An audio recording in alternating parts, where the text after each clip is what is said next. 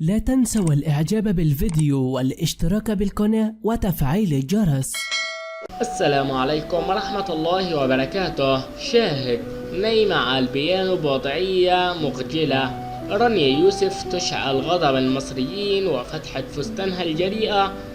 حديث الجمهور الآن. أصبحت النجمة رانيا يوسف من جديد حديث الميديا والتواصل الاجتماعي بالكامل بعد ظهورها بذلك الوضعية، وهي نايمة على البيانو بوضعية مخجلة. رانيا يوسف تفعلها من جديد وتصبح ترند، وتفتح فستانها من أجل الترند من جديد بعد ظهور أزمتها مع البطانة الذي كانت حديث العالم بأكمله، والآن تظهر من جديد بوضعية مخجلة ومكسفة جدا جعلت الجميع ينتقدها من جديد، وأصبحت حديث السوشيال ميديا الآن.